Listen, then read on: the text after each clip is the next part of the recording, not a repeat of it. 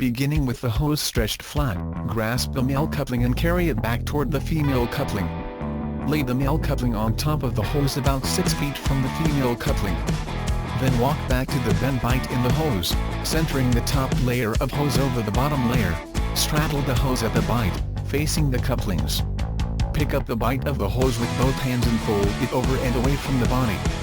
Keep the two layers in line and on top of one another, and continue to roll toward the couplings.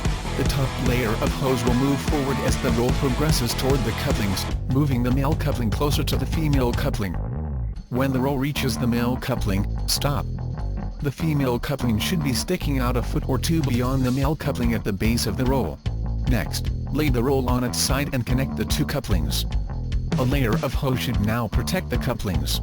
The double roll should be secured with 3 lengths of heavy-duty twine.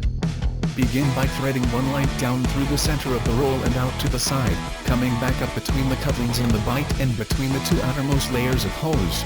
Finish securing the roll by running 2 more lengths through the center and back around the outermost layers of hose. The 3 lengths should be evenly spaced about the circumference of the roll.